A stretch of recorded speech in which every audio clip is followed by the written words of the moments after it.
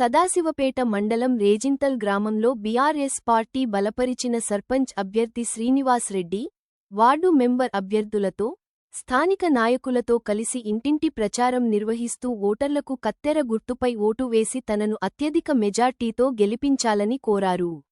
ఈ సందర్భంగా సర్పంచ్ అభ్యర్థి శ్రీనివాస్ రెడ్డి మాట్లాడుతూ గ్రామ మాజీ సర్పంచ్ సుధీర్ రెడ్డి సహకారంతో తాను గ్రామ సర్పంచ్ అభ్యర్థిగా పోటీ చేస్తున్నానని, గ్రామ ప్రజలతో మమేకమై సేవలందించాడని, రాజకీయాల్లో వస్తున్నానని, గ్రామ సర్పంచ్గా తనను గెలిపిస్తే మాజీ సర్పంచ్ సుధీర్ రెడ్డి, ఎమ్మెల్యే చింతా ప్రభాకర్ సహకారంతో గ్రామాన్ని అన్ని రంగాల్లో అభివృద్ధి చేస్తానని అన్నారు.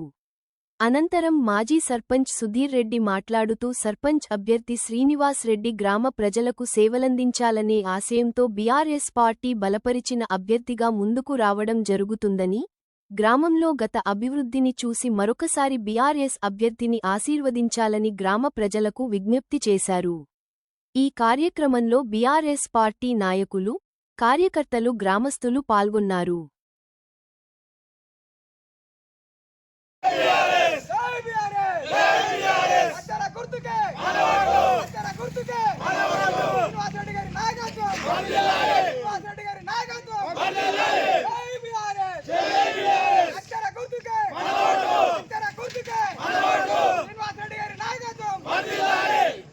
గ్రామంలో అభివృద్ధి ఎవరైతే బాగుంటుందనే ఉద్దేశంతో ఒక మంచి మనిషి, ఎలాంటి మచ్చలేని ఎన్నుకోవాలనే ఉద్దేశంతో గ్రామ ప్రజలు అందరూ కలిసి ఎన్నుకున్న ఏకైక వ్యక్తి మా శ్రీనివాస్ రెడ్డి.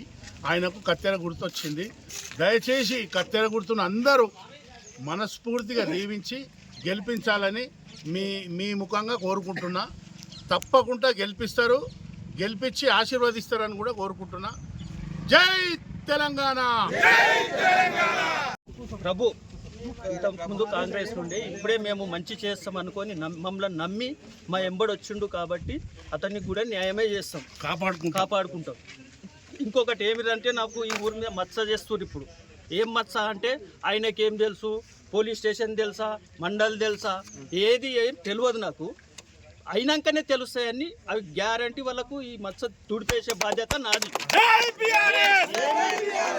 ఏమన్నా వాళ్ళు ఏం చేస్తారు బదులు పోలీస్ స్టేషన్ తెలుసా, మండల్ తెలుసా, అవి రాకూడదనే కోరుకుంటాను నేను.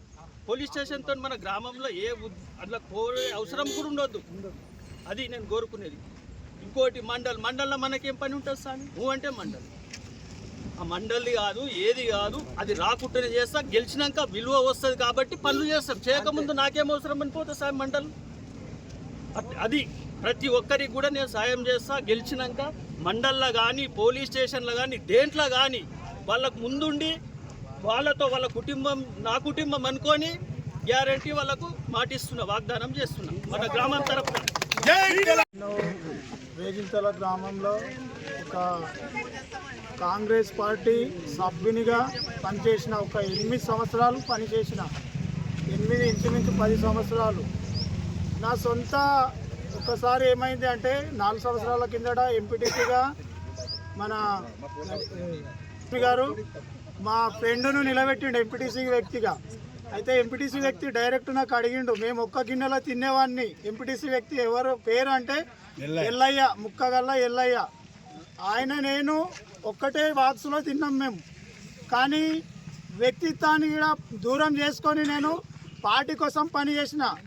నా సొంత భార్య, నా తల్లిదండ్రులను కూడా వదులుకొని తెల్లందాకా నిద్ర లేకుండా పని వదులుకొని నేను రోజుకు మినిమం 1000 రూపాయలు 1500 సంపాదించుకునేటోని. అయినా కూడా నేను పార్టీ కోసం పని చేసిన.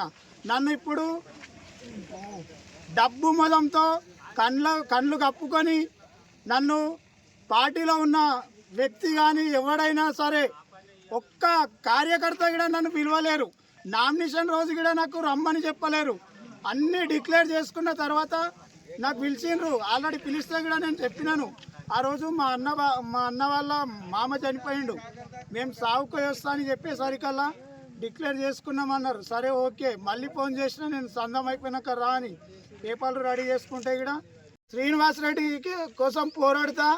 ఖచ్చితంగా ఆయన ముఖం బట్టి అడుగుతా, ఏదన్నా పని కావాలంటే అడుగుతా, కంపల్సరీ అడుగుతాను. అవకాశం ఇచ్చినందుకు అందరికీ ధన్యవాదాలు.